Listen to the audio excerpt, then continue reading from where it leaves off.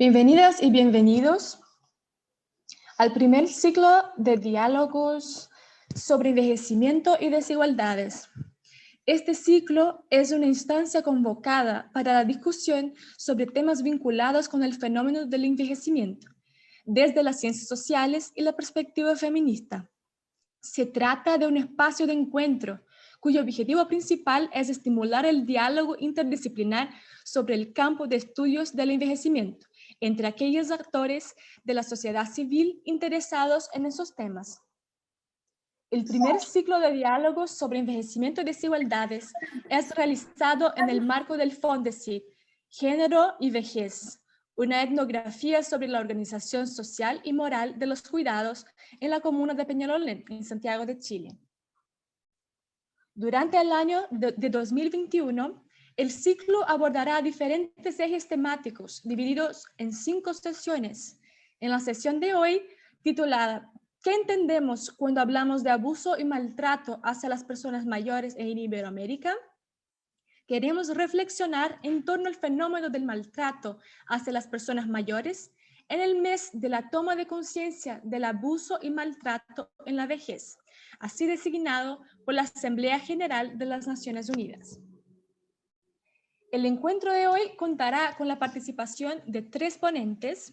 En primer lugar, Herminia González es antropóloga por la Universidad Miguel Hernández y doctora en Antropología Social y Diversidad Cultural por la Universidad de Granada. Ha sido investigadora responsable de varios proyectos Fondesit sobre cuidados y envejecimiento. En estos momentos es académica de la Universidad Central y lidera el proyecto Fondesit Regular que convoca este evento. También está Carla Bravo, licenciada en Antropología Social por la Pontificia Universidad Católica de Chile. Actualmente trabaja en el proyecto Fondesit Regular que convoca este ciclo de diálogos como asistente de investigación. Finalmente, tenemos nuestra invitada especial, doctora Ana Alcázar, antropóloga y doctora en Antropología Social y Cultural por la Universidad de Granada. Ha investigado desde el trabajo social y la etnografía feminista sobre temáticas relacionadas a las desigualdades de género, los cuidados y la intervención social en contextos de violencia de género.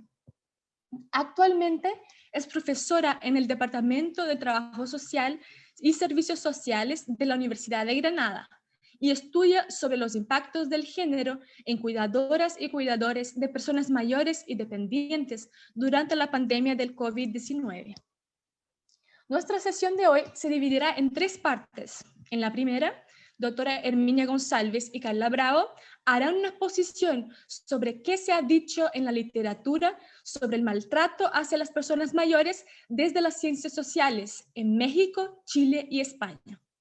En la segunda parte, nuestra invitada especial, doctora Ana Alcázar, de la Universidad de Granada, reflexionará sobre las implicancias de este problema a luz de su trayectoria en este campo. Al finalizar, se abrirá la discusión al público presente en el evento, respondiendo preguntas y comentarios recogidos por el chat. Así que durante la presentación, ustedes pueden enviar sus preguntas por el chat. Yo lo voy a tomar nota y al final las presentaciones las vamos a poner a discusión. A continuación, entonces, les damos la bienvenida y la presentación a Herminia González y Carla Bravo. Por favor, Herminia.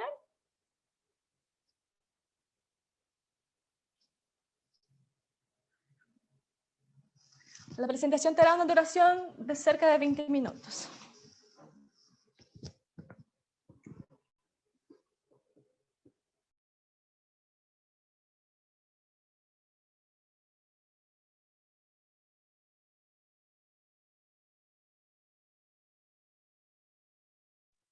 Mientras voy poniendo el PowerPoint, quería, qué duda cabe, agradecer la presencia de todos y nada, vamos a compartiros esta presentación que hemos preparado para que sea más dinámico. Dinámico, sí. No sé si se ve la presentación. Sí, sí se Se ve. ve. Sí se ve. Bueno, disculpar que estoy tratando de... Voy a volver a compartirla para que yo la pueda... Dale. Siempre pasa un poquito estas cosas al inicio. Ahí. Bueno, yo creo que ahora sí... Bueno, nuestra presentación para generar este espacio de conversación y de diálogos en este primer ciclo se llama, bueno, ¿qué entendemos cuando hablamos de abuso y maltrato hacia las personas mayores en España, Chile y México? Basado en un trabajo que esperamos prontamente sea publicado.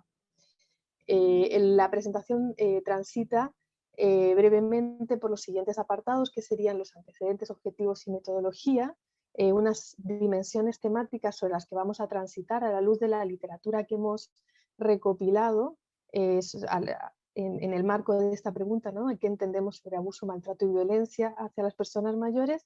Y unas reflexiones finales que vamos a compartir con vosotras y vosotros.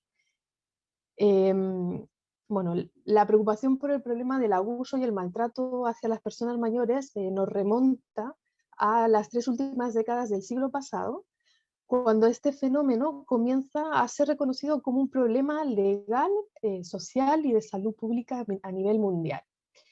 Pero su visibilidad ha presentado diferentes temporalidades para los países y regiones del mundo. En los 70 y en los 80 se comenzó a visibilizar el maltrato hacia las personas mayores en países como Estados Unidos, Reino Unido y también Canadá, al separarlo del abuso infantil y de la violencia doméstica. En los 80 fue mayormente reconocido en Europa, en los 90 adquirió mayor protagonismo en países de América Latina y en los 2000 o a partir de los 2000 se hizo más visible en Asia. A partir de estos diferentes protagonismos otorgados al reconocimiento de este fenómeno, nos propusimos como equipo delimitar este campo de estudio un tanto disperso, ¿no? Pero de crucial relevancia para aquellas regiones del mundo que tendrán un mayor ritmo de envejecimiento en las próximas décadas, como por ejemplo América Latina y el Caribe. Por eso lo que hicimos fue un levantamiento de estado del arte, de los estudios sobre abuso, maltrato y violencia producidos hacia las personas mayores, producidos entre el 99 y el 2000 en Iberoamérica, pero especialmente poniendo foco en México, Chile y España, y también levantando esta información desde disciplinas como las ciencias sociales, las ciencias de la salud y las ciencias jurídicas. Por eso nos dimos cuenta que desde estas ciencias surgía esta información, ¿no? sobre este fenómeno, o emergía esta preocupación sobre este fenómeno. ¿Y por qué pusimos foco en estos 3 países? Primero porque si bien son países que presentan diferentes configuraciones demográficas del envejecimiento, encontramos que viven, ¿no? un proceso de envejecimiento rápido e intenso en estos 3 países también. Y porque entre ellos existe un intercambio de investigaciones que muestra capacidad de aprendizaje mutuo para enfrentar los desafíos del envejecimiento. Es por esto que pusimos nuestro foco en estos 3 países. A la luz del levantamiento de esta información, lo que hicimos fue ordenar esta literatura a la luz de 3 dimensiones temáticas que nos permitieron, ¿no? esta demarcación para contribuir a la delimitación o a tratar de ordenar un poquito este campo de estudio al cual nos estábamos aproximando, ¿no? Para eso ordenamos en dimensiones temáticas esta revisión que nos permitió situar 3 categorías en relación a este orden, que fueron la imprecisión conceptual o la búsqueda de un lenguaje común, los factores de riesgo y los agresores principales, y los estereotipos relacionados con la vejez.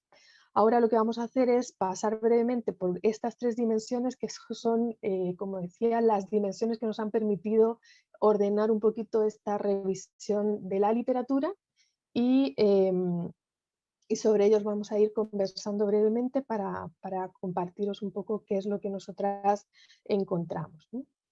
Con respecto a esta imprecisión conceptual respecto del problema del abuso, violencia y maltrato hacia las personas mayores, los autores coinciden en señalar que la proliferación y la coexistencia de una gran cantidad de definiciones y tipologías procedentes de diferentes disciplinas y contextos geográficos dificulta delimitar los contornos del problema del maltrato hacia las personas mayores, levantando un diagnóstico común en esta literatura que habla de la necesidad de confluir en un lenguaje común, ¿no? En un idioma común, según haciendo uso de las palabras de Letelier. Para comprender mejor los alcances de este diagnóstico, ¿no? De esta imprecisión conceptual, de esta necesidad de este idioma común, como señala Letelier, nos centraremos, ¿no? en los motivos que originan y sostienen esta imprecisión conceptual y las múltiples definiciones y tipologías existentes, que es lo que lleva justamente a situar este diagnóstico, ¿no? Con respecto al primer punto, ¿no? La imprecisión conceptual en la literatura revisada, identificamos varios motivos, ¿no? Varios motivos que hablan justamente de esta imprecisión, ¿no? En primer lugar, la indistinción entre abuso, violencia y maltrato.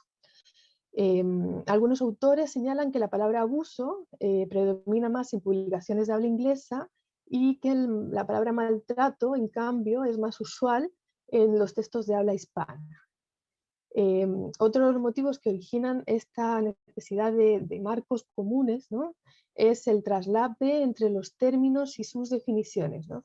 Y esto de alguna manera dificulta esclarecer cuáles son los límites entre los contenidos de unas definiciones y otras, en tanto hay muchas definiciones sobre maltrato hacia las personas mayores.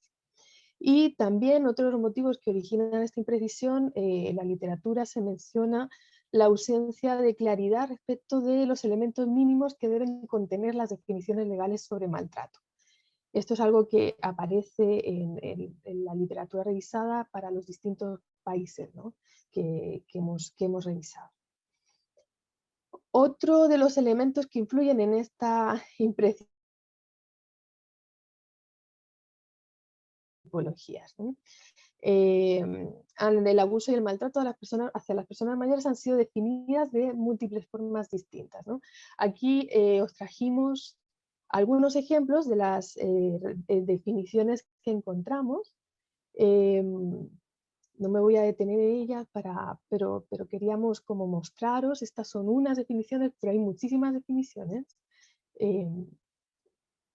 Pero a pesar de esta cantidad de definiciones, es cierto que encontramos ciertos consensos, ¿no? Relativos al uso de la definición y las tipologías asumidas por la Organización Mundial de la Salud y por la International Network for the Prevention of Elder Abuse, que es la definición que os traemos en esta lámina, que es, como decimos, la que más consenso acoge, que es aquella que señala que el maltrato hacia las personas mayores es un acto único repetido que causa daño o sufrimiento a una persona de edad o la falta de medidas apropiadas para evitarlo, que se produce en una relación basada en la confianza. Esta sería la definición que más aparece en la literatura, como decía, como definición de consenso. Respecto de las tipologías, los 5 tipos propuestos por la OMS también son aquellos que más se reproducen en la literatura revisada, ¿no?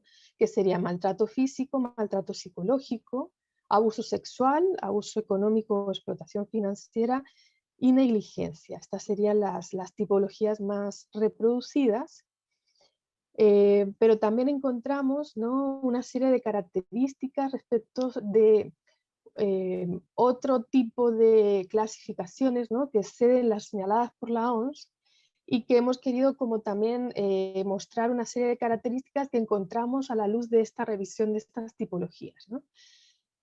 Por ejemplo, que una de estas características es que una vez la clasificación se amplía a más de 5 tipos, se produce la inclusión del autoabandono o la autonegligencia como un tipo de maltrato hacia las personas mayores. También encontramos diferencias en las formas de nombrar un mismo tipo de abuso. Por ejemplo, maltrato económico se enuncia también como abuso económico, explotación financiera o abuso financiero en toda esta literatura que hemos revisado, ¿no? Y también identificamos una pluralidad de tipologías que exceden estas 5 tipologías de la OMS que los autores van señalando, como por ejemplo vulneración a los derechos, violencia cultural, maltrato estructural o maltrato médico, maltrato estructural o societario. Así aparecen más clasificaciones, ¿no? Con respecto, por ejemplo, a la consideración de la perspectiva de género en las definiciones, es importante mencionar que en los últimos años ha comenzado a surgir una crítica que pone el acento en la homogeneización respecto de las diferencias individuales y de género que esconde esta etiqueta de maltrato hacia las personas mayores, ¿no? Desde esta crítica, ¿no?, se enfatiza también la necesidad, ¿no?, de incluir definiciones como por ejemplo violencia de género hacia las personas mayores, de forma que se pueda bueno, mostrar que estas definiciones no son neutrales al género también, ¿no? Bueno, ahí va a continuar Carla. Gracias, Hermi. Me avisan si se escucha medio entrecortado. Sí. Bueno, otro de los elementos relevantes que identificamos en nuestra revisión es el foco puesto en los factores de riesgo implicados tanto en los casos de maltrato como también en los agresores principales involucrados en estos casos. Los factores de riesgo son definidos por Iborra como una característica que, en alguna medida, sitúa al sujeto en una posición de vulnerabilidad hacia el comportamiento violento. Algunos de los autores revisados señalan la importancia de identificar los factores implicados en los casos de maltrato para ya sea contribuir a mejores intervenciones, generar políticas públicas enfocadas en el fortalecimiento de las redes de apoyo y también que estas políticas públicas aporten a la prevención del maltrato hacia las personas mayores. Entonces, nosotras identificamos 3 elementos relevantes de los factores de riesgo a la luz de esta revisión. Primero, los marcos teóricos desde donde se analizan los factores de riesgo. Segundo, las distintas posiciones de género, parentesco y edad que ocupan las personas que son maltratadas y también que ejercen el maltrato. Y tercero, los diferentes contextos en los que se ejerce comúnmente el maltrato hacia las personas mayores. Bueno, relacionado al primer punto, los marcos teóricos desde donde se analizan los factores de riesgo, identificamos que hay un gran protagonismo del modelo ecológico de la conducta humana, el cual comprende el surgimiento de la violencia en interacción con fenómenos que se ubican en los diferentes sistemas de la estructura social. Y este modelo, según explican varios autores, es usado comúnmente desde el ámbito sanitario, ya que cataloga los factores de riesgo en diferentes niveles, tanto individual, relacional, como comunitario y social. Pero también encontramos otras teorías que explican los factores de riesgo, como las que señala Sirlin, por ejemplo, el modelo situacional, la teoría del intercambio social, la teoría del interaccionismo simbólico y la teoría feminista. También se identifican las teorías menos usadas, como el modelo conductual patológico, las perspectivas teóricas de la economía crítica y la economía política del envejecimiento. Algunos de los trabajos que rescatamos nos hablan también de la figura del agresor en función de una serie de características que lo atraviesan.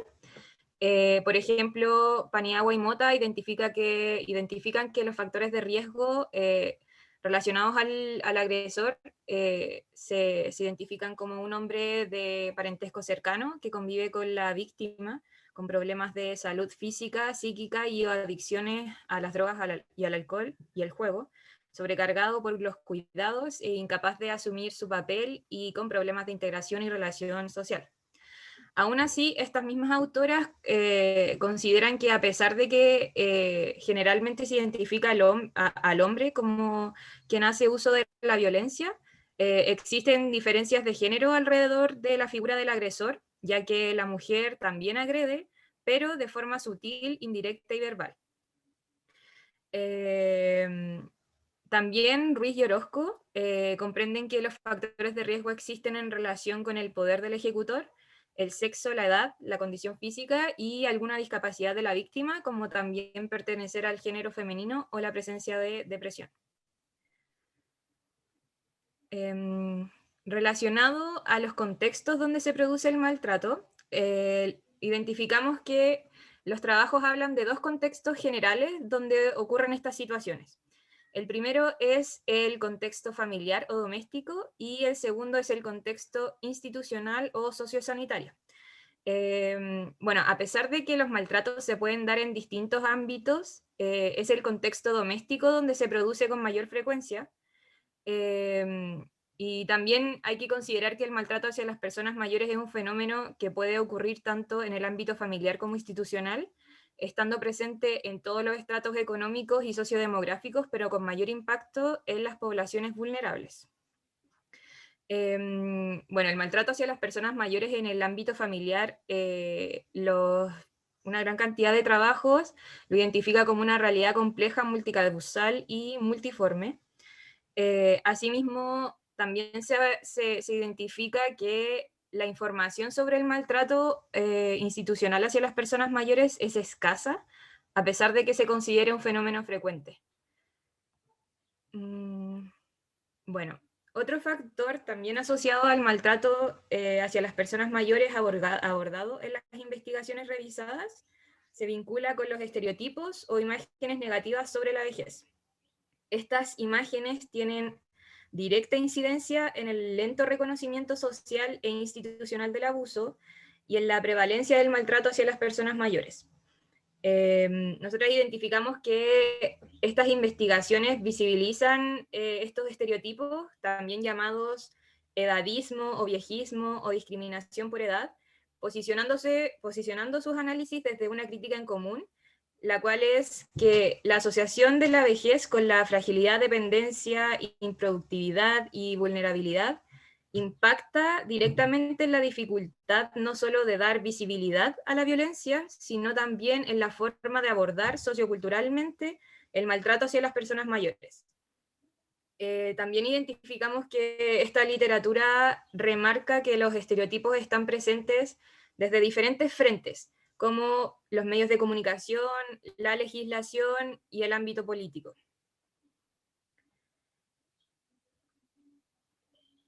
Bueno, entonces, como os comentábamos, a partir de estas tres dimensiones temáticas que hemos encontrado a la luz de esta revisión de la literatura, llegamos a una serie de reflexiones finales que quisiéramos compartir con vosotros, que serían las siguientes, ¿no?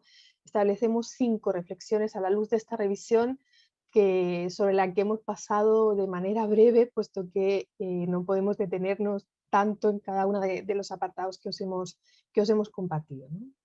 En primer lugar, la primera reflexión que queremos señalar es que ante la necesidad de una definición o categorización única sobre el maltrato, como se señala, ¿no?, en gran parte de esta literatura revisada, también encontramos, ¿no?, que algunos autores señalan que debido a que el maltrato hacia las personas mayores puede darse en múltiples escenarios y de muchas formas distintas, sus definiciones y tipologías deben considerarse también de manera contextualizada, ¿no?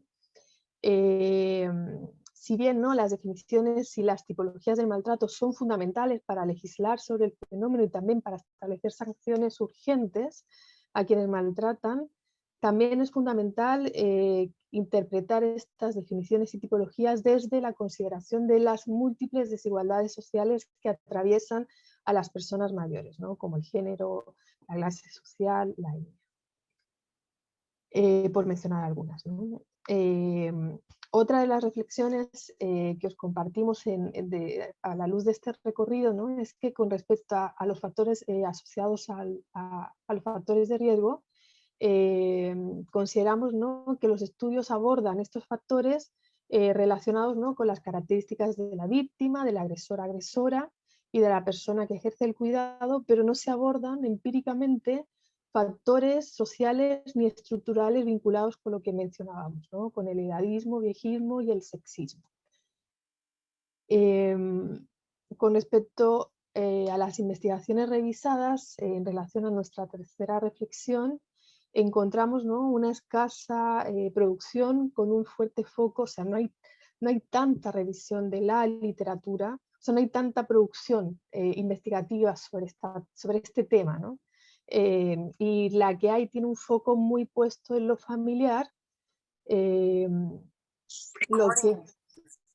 bueno, también hemos encontrado, ¿no?, el predominio de investigaciones con metodologías cuantitativas que han ido transitando también hacia la incorporación de metodologías cualitativas también en estas investigaciones, pero esto más recientemente.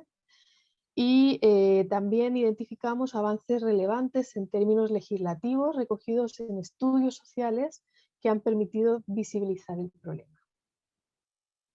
Nuestra cuarta reflexión nos invita, ¿no?, a poner atención en generar investigaciones rigurosas con enfoques transdisciplinares, también realizar nuevas investigaciones que apliquen técnicas cualitativas como la etnografía, la observación participante, las trayectorias de vida, y que incorporen también los diferentes ejes de desigualdad social que atraviesan este fenómeno, ¿no?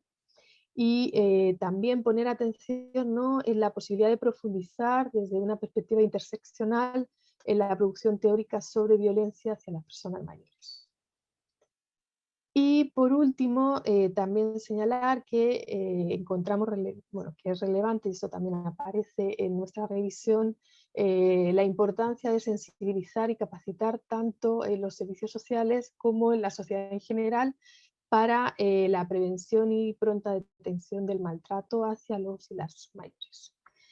Estas serían nuestras 5 reflexiones finales que, por supuesto, más adelante podemos ir estirando, expandiendo en la conversación, y quisiéramos, bueno, agradecer vuestra atención, invitaros a que podáis visitar nuestras redes, y quedamos a disposición también de compartiros la bibliografía, y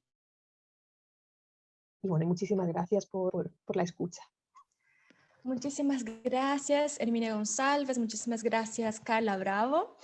Ahora damos la palabra a Ana Alcázar, de la Universidad de Granada. Bienvenida, Ana. Bien, muchas gracias. ¿Se oye? ¿Sí, no? Sí. Bueno, yo la verdad es que, bueno, primero agradecer la invitación, ¿no?, especialmente a Herminia, pero bueno, a todas las personas que formáis parte del equipo, ¿no?, del proyecto de investigación. Y luego agradeceros también la presentación. Yo creo que, bueno, que suscita muchas reflexiones. Sí que me gustaría empezar un poco situándome y planteando desde dónde voy a hablar.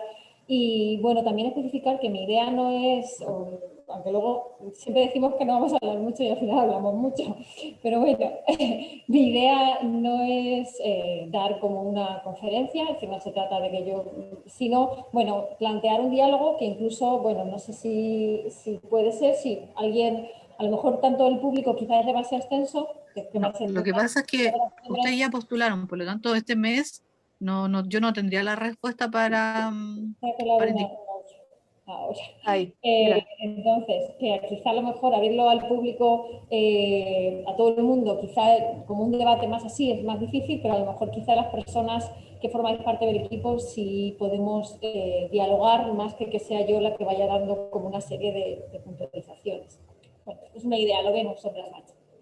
Y luego sí que quería también contextualizar de cuál es mi lugar de enunciación, ¿no? De eso que siempre hablamos en el feminismo, del conocimiento situado y tal. Bueno, pues voy a situarme para que eso se tome también en realidad, ¿no? Aparte de la presentación que hacía Ariane, muchas gracias, sí que más que hablar del currículum, que para mí eso no es tan trascendente o no sitúa tanto, sino sobre todo tiene que ver con desde dónde yo voy a realizar los comentarios o sugerencias acerca de vuestra presentación. Yo no soy especialista en investigación con personas mayores, aunque es verdad que en el último año de investigación que se llamó CUMADE, estamos terminándolo ahora, y que específicamente versaba sobre la atención que se presta a personas dependientes en el contexto de la COVID. Ha sido un proyecto muy interesante, está siendo, ya estamos finalizando, porque de alguna manera nos ha permitido indagar en plena emergencia, ¿no? Y bueno, eso ha tenido implicaciones metodológicas también, que no es el caso, pero que seguramente compartimos con vosotras también en vuestro proyecto en plena pandemia, pero también nos ha permitido acercarnos a diferentes aspectos relacionados con la atención a lo que se entiende, cómo se viene hablando de personas dependientes. Ese sería como el acercamiento más cercano que he tenido a la temática per se. Lo que sí que vengo trabajando, y he trabajado durante 10 años como trabajadora social y ahora estoy en proceso de investigación, es en temas de violencia de género. Yo trabajé durante 10 años coordinando los centros de acogida para mujeres víctimas de violencia de género en Andalucía. Y lo digo porque, claro, las reflexiones que me vienen de alguna forma, y yo creo que eso también es rico e interesante, conectan con esas vías de comunicación o esos cauces, o si queréis, esas articulaciones entre lo que se viene produciendo acerca, ¿no? Lo que nos habéis contado, que se viene produciendo acerca de violencia contra las personas mayores o dirigidas a personas mayores o de los mayores, como queramos, y lo que se viene produciendo o cómo se viene también entendiendo la violencia de género, al menos en el contexto del Estado español. ¿Y por qué digo eso? Porque, claro, por ejemplo, cuando se oía, ¿no? Hay muchos elementos que son muy comunes y que quizá sería interesante ver también ¿cómo pueden dialogar? ¿En qué sentido pueden dialogar? En el sentido de que, por lo menos en nuestro contexto, y yo creo que también a nivel de investigación, la literatura que he producido sobre violencia de género va marcando también una serie de reflexiones. Algunas de ellas las habéis recogido vosotras en la revisión que habéis hecho sobre violencia hacia las personas mayores, y quizás se podría establecer un diálogo fructífero. Pongo un ejemplo para no irme por las ramas. Uno de los ejemplos, desde mi punto de vista más interesante, tiene que ver con la multiplicidad de definiciones, la multiplicidad de terminología. Eso es un debate viejo cuando nos acercamos a violencia de género, violencia contra las mujeres, violencia doméstica, aunque esa ya está como bastante más superada y se plantea desde otro lugar. Bueno, ya si nos vamos al inglés, ya que es otra de las cosas que quiero plantear, porque yo creo que también somos deudora de este colonialismo inglés y bueno, imperialismo que hay en torno a la producción del conocimiento científico, que también de alguna forma nos condiciona. Lo que hablabais ahora de abuso, maltrato, violencia, hay algunos elementos que tienen que ver con problemas de traducción. Entonces, también por eso yo quería poner de relevancia lo importante que hayáis hecho una revisión de investigaciones que están escritas en castellano, que están producidas en un determinado territorio. Porque con esta imperialismo académico que tenemos, de alguna manera se pierden y se desdibujan esas especificidades, y el lenguaje también es importante.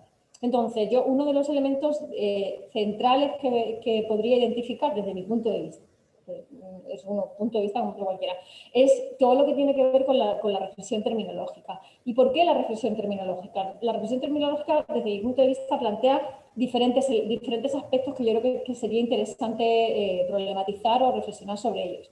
En primer lugar, creo que puede ser interesante, porque en el caso de violencia de género se ha hecho, indagar cuál es el significado político que hay detrás de nombrar de una determinada manera. Pongo un ejemplo. En el contexto del Estado español, cuando hablamos de violencia de género, lo hacemos desde un posicionamiento político, que desde el feminismo se ha definido como partir de qué es el género, el factor estructural. Vosotros lo decíais también en esa reivindicación.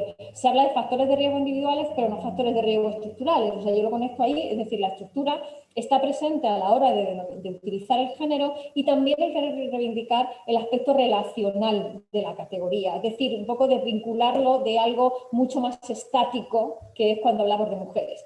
No hay uniformidad, ni creo, a lo mejor que vosotros también lo decíais, que sea necesario que haya una uniformidad, una única forma de nombrar.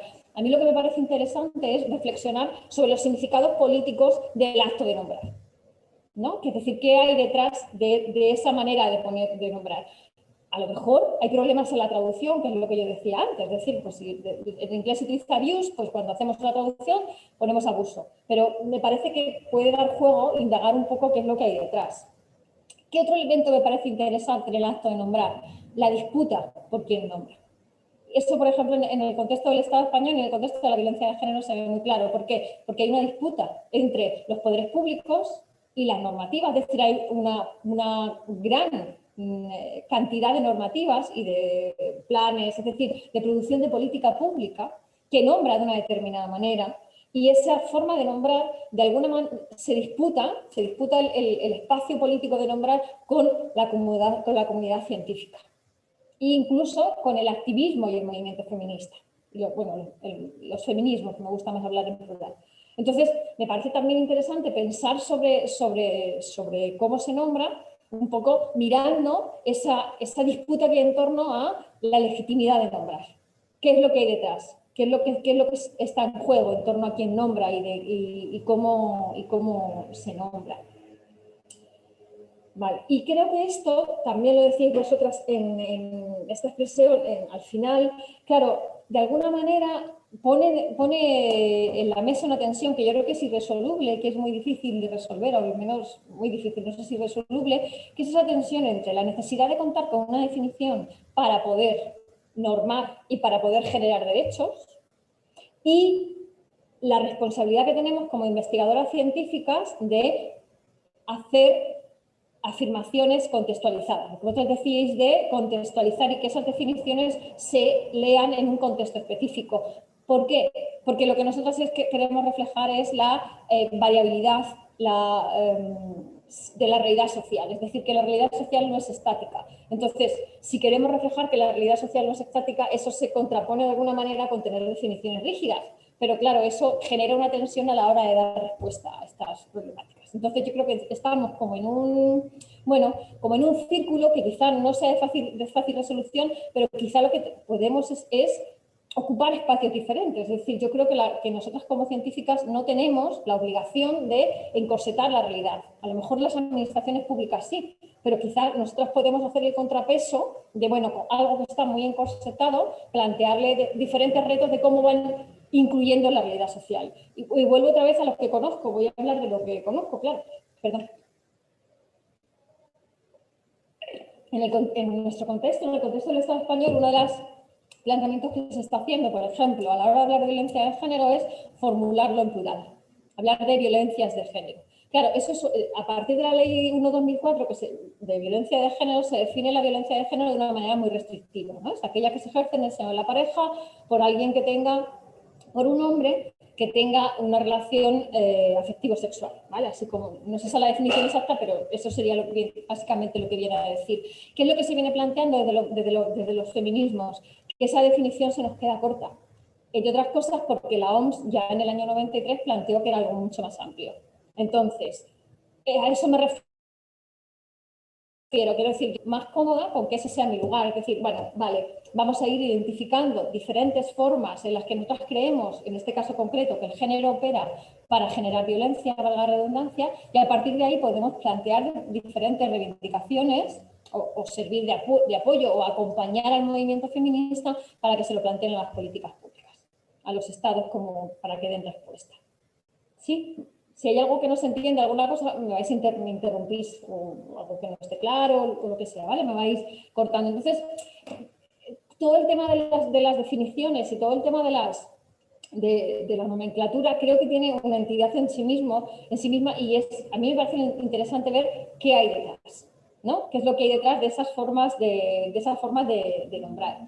Otras similitudes, otros elementos que a mí me han llamado la atención es cuando habláis que las investigaciones hablan de fenómeno iceberg, ¿no? En el contexto de la violencia de género es algo que se viene diciendo hace mucho tiempo. Y yo ahí, no sé si habéis visto, o si lo habéis visto, o si lo habéis pensado por ahí, yo creo que al menos en el campo de violencia de género lo que se plantea es, bueno, que esto es así fundamentalmente por el contexto en el que ocurren estas violencias, que son contextos íntimos, pero no solo íntimos, porque lo íntimo en este caso yo no lo identifico solo con el lugar físico, sino con las relaciones que se producen. Y pongo un ejemplo. Nosotras, por ejemplo, cuando yo estaba trabajando en las casas de acogida, porque bueno, coordiné los centros, pero antes estuve trabajando de educadora, entonces uno de los elementos que estás trabajando y haces como una previsión acerca de, bueno, cómo crees que va a evolucionar una persona, hacia dónde crees que puede ir, ¿no? Entonces, cuando entraba una mujer en la casa de acogida que había sufrido violencia por parte de su hijo, el pronóstico en líneas generales siempre era bastante negativo. Es decir, eran personas que y ahora volveré sobre eso, no se adecuaban a cómo estaba formulado el recurso, es decir, a lo que el recurso les pedía. Fundamentalmente, ¿a qué no se adecuaban? A mantener la denuncia. Entonces, a mí sí me parece importante en esta idea de fenómeno iceberg que lo privado no es solo el contexto, sino que las relaciones que se producen son relaciones íntimas, con lo cual es muy difícil que esas personas, no solo muy difícil, sino muy doloroso y muy costoso, que esas personas entren en los circuitos de respuesta si se les pide una denuncia.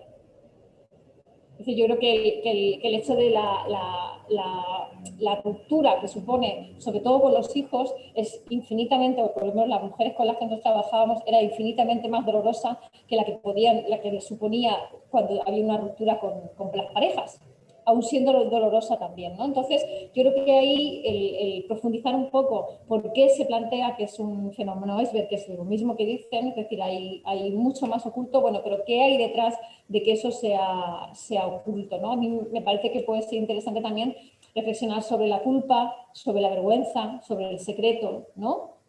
Yo creo que son temas que pueden ser muy interesantes y que pueden dar mucha luz. Hay una colega de la Universidad Complutense que a mí me gusta mucho, Elena Casado, que ya plantea que la vergüenza es una emoción maestra, que nos sirve para abrir muchas puertas, ¿no? Que si reflexionamos sobre la vergüenza, pues nos encontraremos como muchas realidades sociales muy diferentes. Entonces, bueno, cuando os oía pensaba en eso, ¿no? En el tema de la vergüenza, ¿no? Y me acordaba también de algunas de las mujeres con las que trabajamos, ¿no? En su momento. Y bueno, como por seguir avanzando un poquito, no sé si queréis plantear algo, sigo yo. Estamos súper atentas, así es que sigue. Sigo y si me queréis interrumpir. Sí. Ahora entramos a conversar, tranquilo. Vale. Bueno, un poco por ir siguiendo un poco de orden, ¿no? De lo que habéis estado contando. En relación a los factores de riesgo, bueno, yo creo que hay también, en el tema de violencia de género también se utiliza el modelo ecológico, el Brockenheimer que no sé cómo se dice, que tiene un montón de consonantes. Y siempre nos resulta difícil cuando hay tanta consonante junta. Entonces, es básicamente lo mismo, ¿no? Es un poco, bueno, yo creo que es el que viene imponiéndose de alguna forma de la manera de mirar. A mí lo que me resulta, lo que me genera un poco de incomodidad, y no lo digo, vosotros lo habéis puntualizado muy bien, lo digo como reflexión, es que a veces, en algunos contextos, los factores de riesgo se utilizan como factores causales. Y yo creo que eso hay que tener mucho cuidado. Por ejemplo, hay una asunción que se hace de manera bastante crítica y es que se plantea que de padres maltratadores, hijos maltratadores. Entonces, en el caso, por ejemplo, de las violencias hacia las personas mayores, me parece especialmente significativo porque en muchos casos son los hijos los que ejercen esas violencias. Entonces, una cosa es que yo identifique que ha habido una historia anterior, ¿no?, de violencia en la familia. Otra cosa es que eso, bueno, a ver cómo lo trato. Yo creo que eso es peligroso. O sea, yo creo ahí sí que creo que habría que tener especial cuidado, porque si no, en algunos casos se utilizan los factores de riesgo como factores causales, ¿no? Y yo ahí conecto con lo que decís vosotros al final de los factores estructurales, ¿no? Yo creo que ahí, al menos en el ámbito de la violencia de género, sí se ha resuelto bien, porque siempre se hace hincapié en que lo que determina, ¿no?, la causa última de las violencias tiene que ver con la situación estructural desigual y de discriminación que hay en la sociedad, y que lo demás son factores de riesgo que, combinados entre sí y en esa situación de desigualdad y de discriminación, favorecen la aparición de determinadas conductas. Entonces, a mí me parece que eso nos da un marco. Otra cosa es, bueno, pues todos los debates que hay en torno a qué significa género, cómo el género es contextual, qué pasa con las no cis mujeres. Es decir, bueno, evidentemente,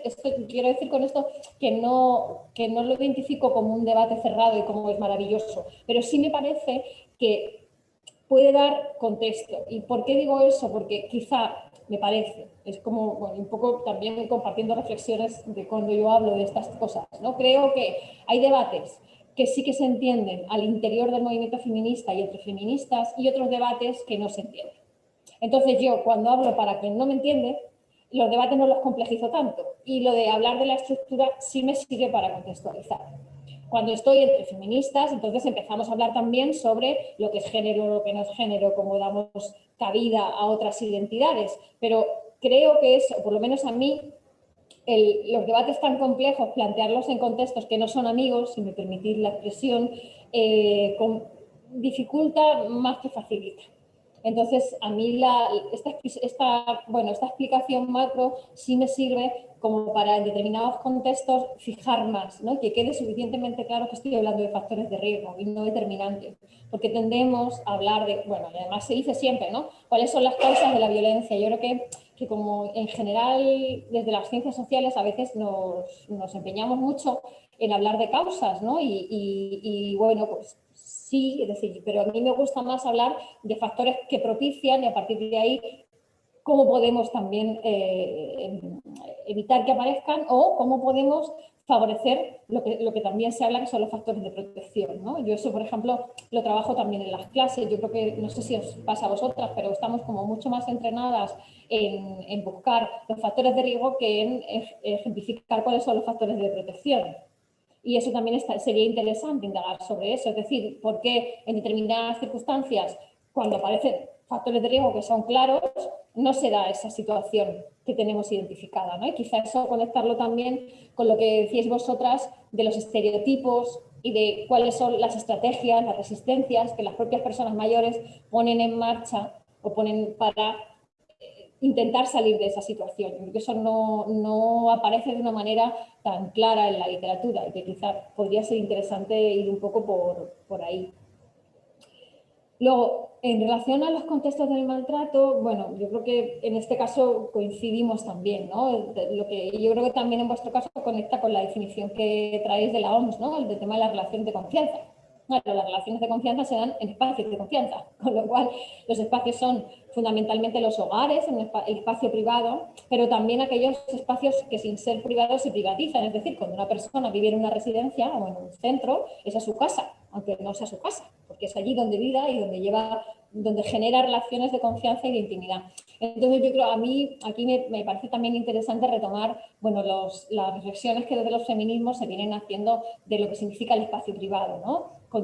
Y también romper un poco esa idea del espacio privado como un espacio seguro. Eso, por ejemplo, en el ámbito de la violencia de género pasó en su momento, pasó en los 90 sobre todo, porque lo que se hizo, sobre todo a partir de la conferencia de Beijing, es que se sacó del ámbito privado todo lo que tenía que ver con este tipo de violencia. ¿Y eso para qué sirvió? Sirvió para reivindicar que era una cuestión de derechos humanos y que los estados tenían que ser garantes de que esas situaciones no se diesen. Entonces, de alguna forma, lo que se hizo es que se desprivatizó lo que es la violencia, ¿no? Contra las mujeres, en ese momento se llamaba así, pasándolo al ámbito público. Entonces, yo creo que ahí, bueno, pensar qué son esos espacios y un poco también ir un poco a la contra, que lo viene haciendo el feminismo de hace mucho tiempo, acerca de, bueno, de qué entendemos por privado, cómo determinados espacios privados, aunque sean privados, el Estado, los estados, las administraciones tienen también la responsabilidad de proteger a la ciudadanía. Bueno, yo creo que hay debates ya como muy interesantes que se vienen haciendo hace tiempo y que quizá a lo mejor podrían ser también interesantes retomar. Y luego, claro, el tema de los estereotipos, a mí eso me parece fundamental. O sea, yo creo que es uno de las piedras de toque. De hecho, bueno, una de las últimas así cuestiones, o por lo menos desde mi conocimiento, que se vienen trabajando en violencia de género tiene que ver con eso. ¿Y por qué me interesa el tema de los estereotipos? Me interesa por dos cuestiones. Hay algunas colegas, María Martínez, que está ahora en la... ¿Dónde está María? ¿Dónde está? No sé si... En la UNED, y David García Casadoneiras, Sonia Núñez Puente, que ya lo aborda desde el ámbito audiovisual, hablan de la idoneidad de la víctima, ¿no? de la construcción de la buena víctima. Y a mí eso me parece fundamental. Me parece fundamental porque si no nos planteamos cuáles son los estereotipos que construimos en torno a la víctima, no pensaremos hasta qué punto le estamos dando respuesta. Es decir, yo lo concreto con el ejercicio de derechos. Es decir, los estereotipos no solo como lo que habéis planteado vosotros, sino que se habla en torno a violencia de género también, sino cómo eso influye en que esas personas que no se adecúan a los estereotipos hagan un ejercicio de sus derechos. y luego también con cómo las políticas públicas están creadas y construidas en torno a esos estereotipos y si tú no te adecuas te dejan fuera. Y además marcan un único camino, que por ejemplo ese es uno de los debates que se está dando en nuestro contexto, sobre todo criticando cierta orientación punitivista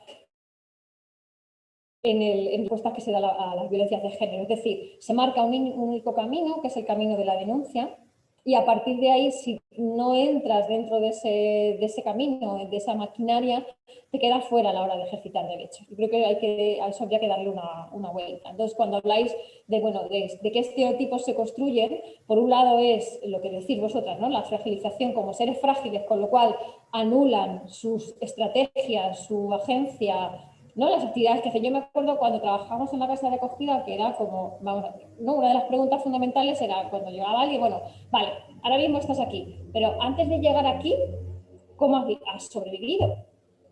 ¿No? Es decir, porque esta sensación de estoy aquí, tú tienes que resolverlo, yo estoy absolutamente machacada y probablemente todo eso sea verdad, pero bueno, vamos a ver si identificamos cuáles han sido tus estrategias de supervivencia hasta llegar aquí y cómo podemos, fomentando, trabajando contigo esas estrategias de supervivencia, fortalecerte y acompañarte en este proceso, ¿no? A veces no les hacemos esas preguntas a las personas, simplemente las sacamos de sus casas, las metemos en otro sitio para que estén protegidas y trabajamos con ellas como pensamos que tenemos que intervenir desde la buena fe. Pero quizás estaría bien también para intentar deconstruir esa idea de alguien frágil o siempre en carestía, preguntarles qué han hecho hasta ahora. ¿Cómo han sobrevivido? Porque si han llegado a nosotros es que han sobrevivido de alguna manera.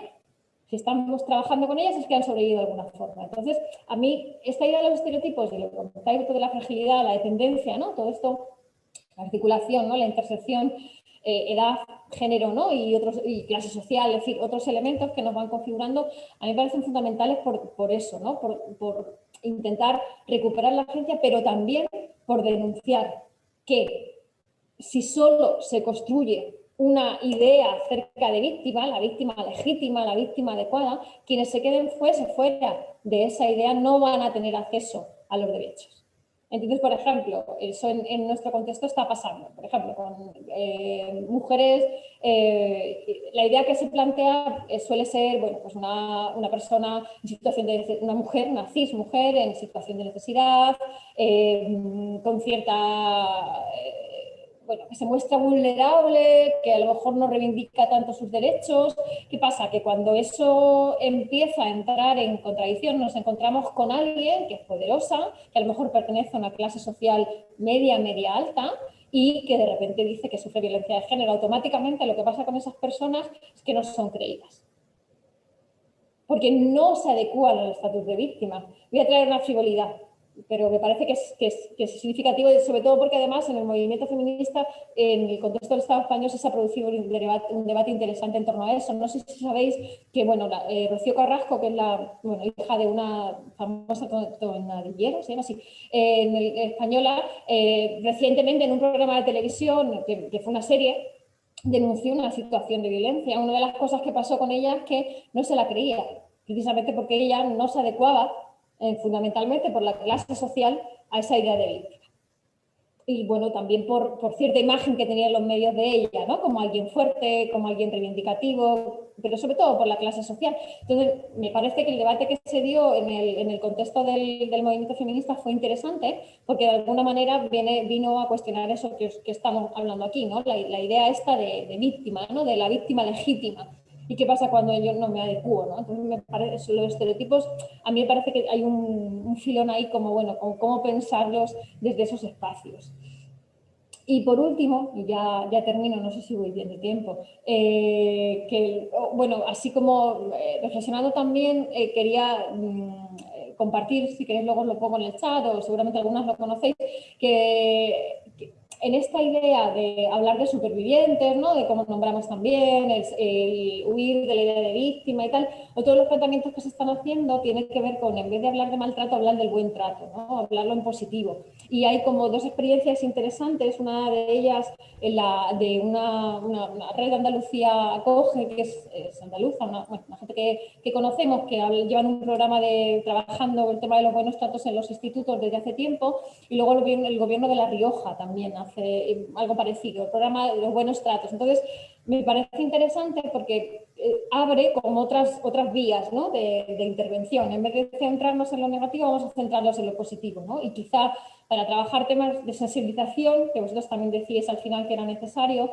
bueno, pues como puede ser interesante, porque a mí una de las cosas que me preocupa, ya con esto cierro, y que quizá, bueno, es como una autocrítica, ¿no?, que no hemos sabido quizá hacerlo bien, es primero que el discurso se agota en sí mismo, la gente ya está muy cansada de que le digan lo que es violencia, pues ya lo sabemos, siempre estáis con lo mismo, con los malos tratos, sois más pesados, no sé qué, no sé cuánto, y quizá tenemos que también reflexionar sobre las estrategias comunicativas y las estrategias de intervención. Entonces, bueno, se me ocurre que quizá a lo mejor pensar sobre el buen trato y no tanto sobre el maltrato nos puede dar otras vías de acceso hacia otros públicos, ¿no? A veces también siempre, como decimos, predicamos a las conversas en este caso, entonces, bueno, pues tampoco tiene mucho sentido, si entre nosotros ya estamos convencidas, pues seguir hablando entre nosotras, sino, bueno, vamos a intentar un poco abrir el foco, ¿no?, y abrir el público. Y, bueno, me parecía que podía ser también interesante como establecer esos paralelismos, ¿no?, con lo que estabais planteando.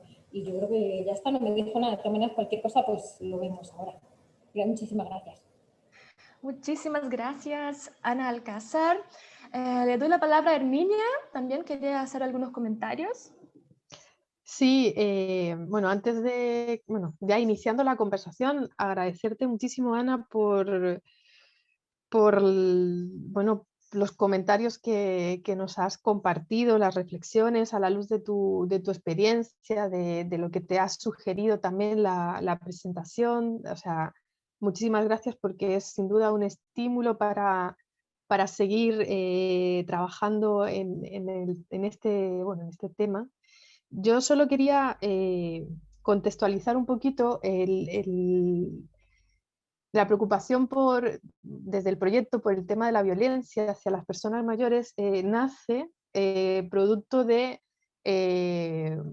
un proyecto anterior, ¿no? Nosotras, en una investigación anterior, junto con Menara y el equipo que conformaba en ese momento el proyecto, como resultado de la investigación, un resultado que no contemplamos, era el tema de la violencia hacia las personas mayores, en una investigación sobre mujeres mayores, ¿no? Cómo se envejece en Chile siendo mujer mayor en función, o sea, teniendo muy, muy presente el tema de la clase social. No es lo mismo envejecer en una parte, en una zona de Chile, o sea, no es lo mismo envejecer en Providencia que en Independencia, ¿no? Y nos desbordó de alguna manera las experiencias de violencia que nos compartieron las mujeres mayores, y eso no lo pudimos abordar en ese proyecto porque no era uno de los ejes que íbamos a contemplar. Entonces decidimos en este nuevo proyecto abordar esta temática, ¿no? Y para abordarla también justo, o sea, decidimos como, bueno, tenemos que ver qué es lo que ha dicho la literatura sobre estos temas y hacerlo responsablemente, ¿no? Así como, bueno, ¿qué hay? Y es a esto a lo que nos hemos aproximado justamente en este tiempo, a esta revisión, y queríamos también eso, establecer estas conversaciones contigo para ir viendo cómo vamos, ¿no?, haciendo cómo vamos asentando todo lo que estamos leyendo, cómo luego también lo vamos de alguna manera a cargar con nosotras, evidentemente, cuando vayamos a hacer el trabajo de campo, que vamos a empezar a hacer el trabajo de campo también en este segundo semestre. Íbamos a hacerlo antes, pero no lo hemos podido hacer por la pandemia, pero bueno, ya llevamos un poco como esta maleta de conocimientos. Y ahí, claro, es una literatura con la que uno conversa entre comillas, porque no, no estás conversando con los autores. Entonces necesitábamos justamente de ti también para poder tener este espacio de diálogo. Y ahí es justo, bueno, por lo que nos has ido señalando, que encuentro que hay que poner atención a lo que nos has ido diciendo, ¿no? Justamente respecto de, por ejemplo, cuando dices quiénes son las personas, quiénes son los que nombran las cosas, ¿no? Esta disputa por quiénes son las personas que pueden enunciar o hablar de este fenómeno, ¿no? El tema de la legitimidad de nombrar.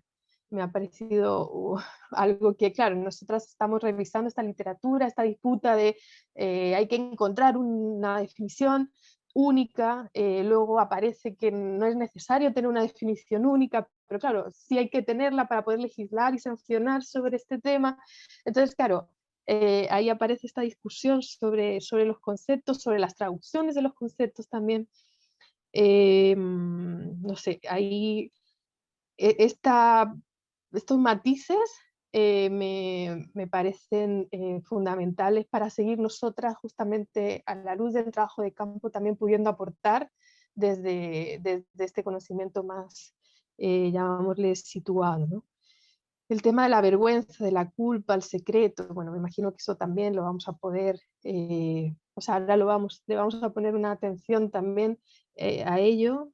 El tema de los factores de riesgo aparecía todo el tiempo en esta literatura, factores de riesgo, factores de riesgo, factores de riesgo, por eso se convirtió en una dimensión temática sobre la cual ordenar parte de este corpus, pero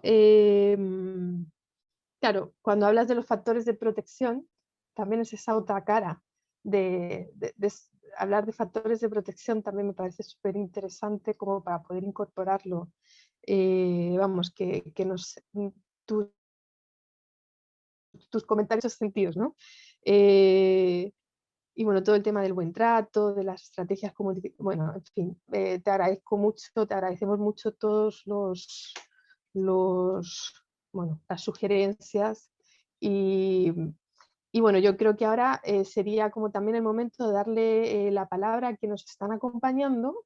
Ahí Ariani, creo que tenemos por ejemplo a Menara que quisiera también ella intervenir, y después de Menara quien quiera tomar la palabra también, que levante la mano o que nos escriba por el chat. Tendremos un ratito de conversación, nos quedan como 10 minutos nomás para poder hacer el cierre también y respetar los tiempos también de cada uno y cada una. Entonces, Menara, si quieres, adelante. Hola, ¿se escucha? Sí. Ah, genial, que tengo un problema con el micrófono, así que... Bueno, lo primero es agradecer un montón a Herminia, a Carla por la presentación y por el trabajo también, ¿no? Nosotros del equipo pudimos leer el texto y es un texto con mucha información, con mucho trabajo de revisión y yo creo que es una literatura que hace falta, por lo menos para que podamos situar el campo. Y bueno, quería primero hacer otro comentario también desde adentro, porque también somos testigos en el equipo del esfuerzo que se está haciendo en este sentido, de revisar así como concienzudamente toda la literatura, ¿no? Y ese texto es como una continuación de otro gran trabajo de revisión que Herminia y Carla también hicieron, que era una revisión de toda la literatura anglófona, ¿no? Entonces, dentro del equipo estamos como siguiendo esa trayectoria, hemos discutido el texto con las revisiones anglófonas y esa también, y se nota, la verdad, un contraste entre los debates, que tiene todo que ver con esto que Ana decía, que es las dificultades de traducción de los conceptos, el hecho de que desde los países hispanohablantes o de los idiomas no anglófonos, ¿no?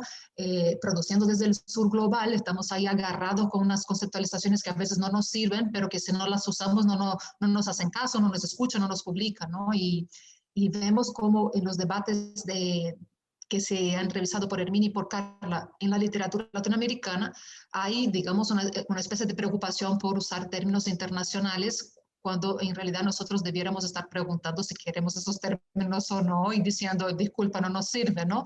En muchos casos. Y creo que en el caso de nuestro estudio, hay muchos términos que no nos sirven. Y quería hacer un comentario que a mí me causó mucha impresión, después me reí, ¿no? Esa cosa de que la OMS defina los maltratos, el abuso, basado en la confianza. Es decir, ¿por qué hay que presuponer que la persona tiene confianza con la otra y por eso el abuso se estructura y se reproduce, ¿no? Yo creo que esto es la falta de la escucha de la OMS al feminismo, directamente, ¿no? Porque llevamos 60 años de teoría feminista diciendo que lo público no se separa de lo privado, que los cuidados no están elaborados solamente en relaciones que tienen que ver con la cercanía y que tienen que ver con, digamos, el trabajo de reproducción que hacen las mujeres con el cuidado, y que por lo tanto no solamente puede haber violencia o puede haber descuido en relaciones que están basadas en estos ámbitos, ¿no? Entonces, a mí me choqueó cuando leí el texto de ellas y dije, Dios mío, ¿dónde estamos? En el siglo XXI, y ellos están presuponiendo que todo el abuso se enmarca en una relación de cuidado, ¿no? Es decir, por favor, ¿no? Público y privado no son esferas aisladas. Lean algo, ¿no? Desde Simone de Beauvoir en adelante ya se ha dicho cositas sobre esto, ¿viste? Entonces, como que me choqueó un poco. Y ahí me pregunto eso también, ¿no? Es decir, ¿podemos nosotros desde otras producciones hablar? ¿Podemos hablar desde el sur global, desde los idiomas no anglófonos? ¿Nos van a hacer caso? ¿Podemos hablar desde los feminismos o vamos a llegar en el siglo XXI todavía teniendo que decir, disculpa, a veces hay relaciones de abuso que tienen que ver con la confluencia de lo público y de lo privado, no solamente con la confianza? Es un poco choqueante, es como si a cada vez que empezamos un campo nuevo de estudios, tenemos que volver a hablar de lo mismo, ¿no? Y produce un cansancio, un cansancio. Entonces quería compartir eso con ustedes porque lo estamos enfrentando en diferentes áreas de investigación dentro del proyecto también, porque estamos justo haciendo esta revisión de literatura. Entonces quería traer esta inconformidad con tener que volver a decir lo mismo una y otra vez. Y nada, después esto, agradecer mucho a Ana también todos sus comentarios, yo creo que nos ayuda mucho porque hay una especie de oído sordo entre los estudios de envejecimiento y el feminismo con los estudios de envejecimiento. Entonces, estos diálogos yo creo que son súper importantes porque si bien hay mucha cosa sobre violencia desde el feminismo, se ha pensado menos la violencia hacia las personas mayores desde el feminismo, ¿no? Entonces, es una carencia que tenemos y que tenemos que solucionarla. Y yo creo que este diálogo que hicimos hoy ayuda a avanzar en esto, ¿no? A digamos, ir limando estos gaps, digamos, tendiendo puentes entre campos. Pero eso, quería quejarme nomás, así que gracias Ana, gracias Muchas gracias, Nara. Hay una persona del público que le gustaría preguntar, Dolores Majón.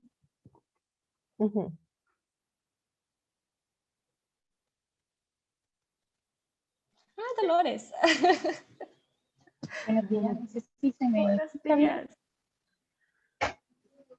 ¿Se me escucha? No. Un poquito. Sí.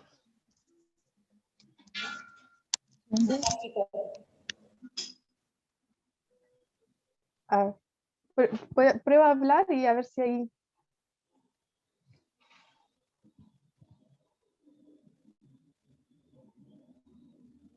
No. A lo mejor por escrito, Dolores, nos va a quedar. Ay, yo creo que ahora sí. ¿Hola? Ya. ¿Ahora sí? Sí. Vale, yo les escucho muy flojito, pero solo para hacer un pequeño comentario, perdón por el ruido, porque estoy en un sitio y no hay muy buena acústica. Antes de nada, agradecer a Ana su intervención y bueno, y a Herminia y a todos los que organizaron este ciclo, porque es muy interesante escuchar esto y más de las colegas desde Granada y desde Chile. Y sí que me gustaría apuntar una cosa, y es lo que hablaba Ana de la cuestión de los factores de protección. Creo que es súper importante no dejar de colocar el foco en cuáles son las fortalezas de las propias mujeres mayores.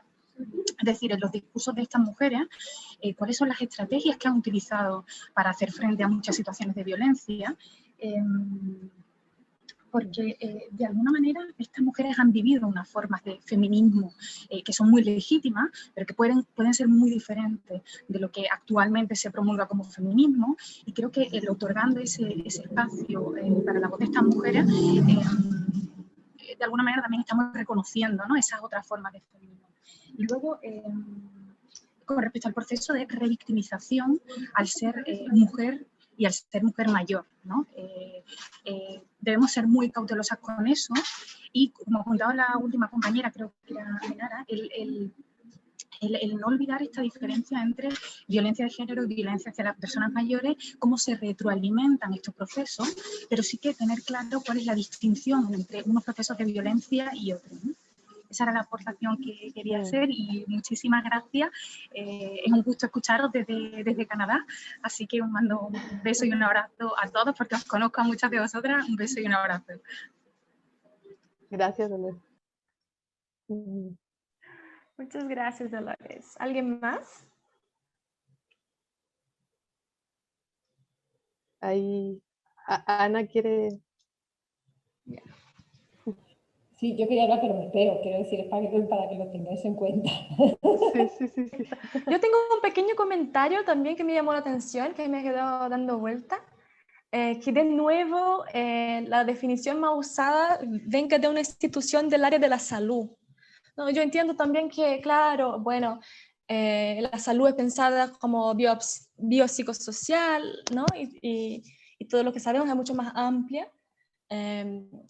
Pero es algo que desde la literatura, por lo menos de las personas mayores, se reitera, ¿no? Como que siempre hay un vínculo entre las temáticas sobre personas mayores y el área de la salud. No sé si nos podrían comentar un poco sobre ello, si han visto, en la presentación apareció eso, ¿no? Pero también cómo lo han percibido ustedes, esa reincidencia de esta mirada más, que a mi entender nos devuelve a la idea de fragilidad y una fragilidad y deterioro fisiológico. De nuevo, ¿no? Los edadismos y todo eso.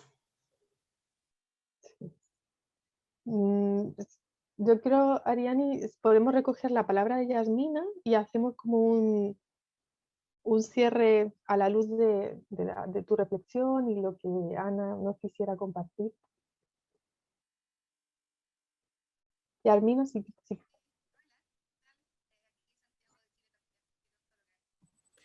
No se escucha. No se escucha muy bien, Yasmina. Ahí.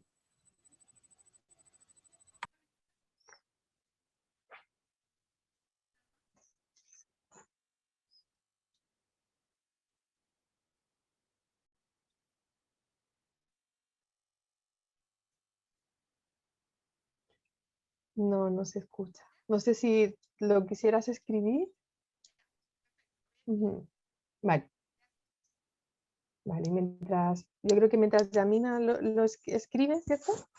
Ahí Ana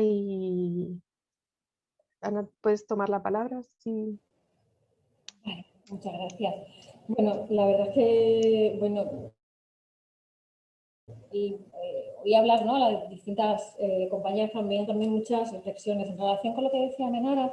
Claro, yo ese debate lo conecto también con un debate actual que hay en torno a cómo revisar, por ejemplo, cómo se entiende la violencia de género. O sea, la violencia de género en el contexto de la Ley 1/2004 se entiende como aquella que se produce también basada en una relación de confianza, si queremos llamarla de alguna manera. Claro, eso se contrapone con la definición que da la OMS en el año, en la OMS, no, en Naciones Unidas Mujeres, en el año 1993, y de alguna manera entronca con un discurso importante en el feminismo, en los feminismos, que es donde situamos. Yo interpreto, o sea, entiendo que lo que la Ley 2004 pretendió en su momento era visibilizar un tipo de violencia, que era, bueno, pues por la importancia que tenía, por la invisibilización, por un montón de cosas, y claro, ahora precisamente lo que se está planteando a partir del Pacto de Estado es hablar en plural de violencias y entender, ¿no? Recuperar esa definición del año 93 y ampliarla, ¿no? Un poco en la línea de lo que decía Menara, ¿no? Como decir, bueno, pues sacarlo del ámbito más privado, más de relaciones de confianza, ¿no? Cuando desde el feminismo se viene diciendo que al ser un factor estructural todos los ámbitos están atravesados por esas desigualdades, ¿no? Un poco como que me resonaba las reflexiones que ella hacía con algo que está sucediendo ahora mismo, vamos, eso es del año del Pacto de Estado, se aprobó en el 2018, pero como ahora no hacemos nada más que pandemia, pues está todo súper parado, o sea que no se ha hecho nada, básicamente, ¿vale? Pero que incluso el propio pacto es de hace solo 3 años. Y en relación con lo que planteaba Dolores de las fortalezas y estrategias de mujeres mayores, yo me acordaba de una antropóloga que me gusta mucho, Dolores Juliano, que ella habla en sus culturas de mujeres, uno de los libros que tiene, esas estrategias y resistencias invisibles, ¿no? Es decir, por ejemplo, ella habla de una de las estrategias que han tenido las mujeres de clases populares, que es como ella las nombra, a la hora de poder negociar sus espacios de poder en las relaciones heterosexuales, es el silencio y el engaño. Es decir, bueno, lo que yo no sé, a mí me ha pasado, ¿no? En mi casa. Tú no te preocupes. Tú le dices algo a tu madre y dices, tú no te preocupes, tu padre no se va a enterar, nosotras lo hacemos. Entonces, son estrategias que de alguna manera nosotros a lo mejor desde un posicionamiento más activista, ¿no? Pues lo que hay que hacer es reflexionar y enfrentarte y reivindicar, bueno, pues ella reivindica otras estrategias, ¿no? En la línea de lo que decía Dolores, me parece súper interesante, ¿no? Como visibilizar esa parte, ¿no? Que otras formas de acción han podido poner en juego para de alguna manera sobrevivir, ¿no? O estar en esas situaciones difíciles.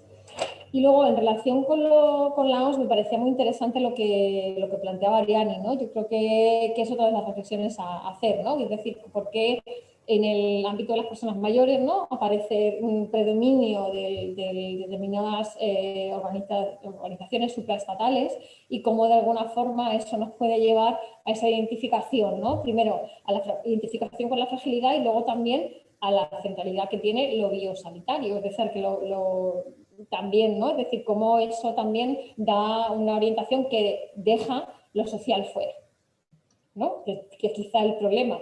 Es decir, no es solo que aparezca, sino que ese predominio hace que otras consideraciones que tienen que ver con lo social, con cómo se envejece en determinados contextos, con cómo yo nombro determinadas cosas, que yo creo que esa es la centralidad también de la metodología cualitativa y de la etnografía, ¿no? Que de alguna manera lo que hacemos es que no nos interesa tanto averiguar cómo son las cosas así, sino cómo las personas que están en esos determinados lugares y procesos dicen que son las cosas, las nombran, ¿no?, las traen a la reflexión.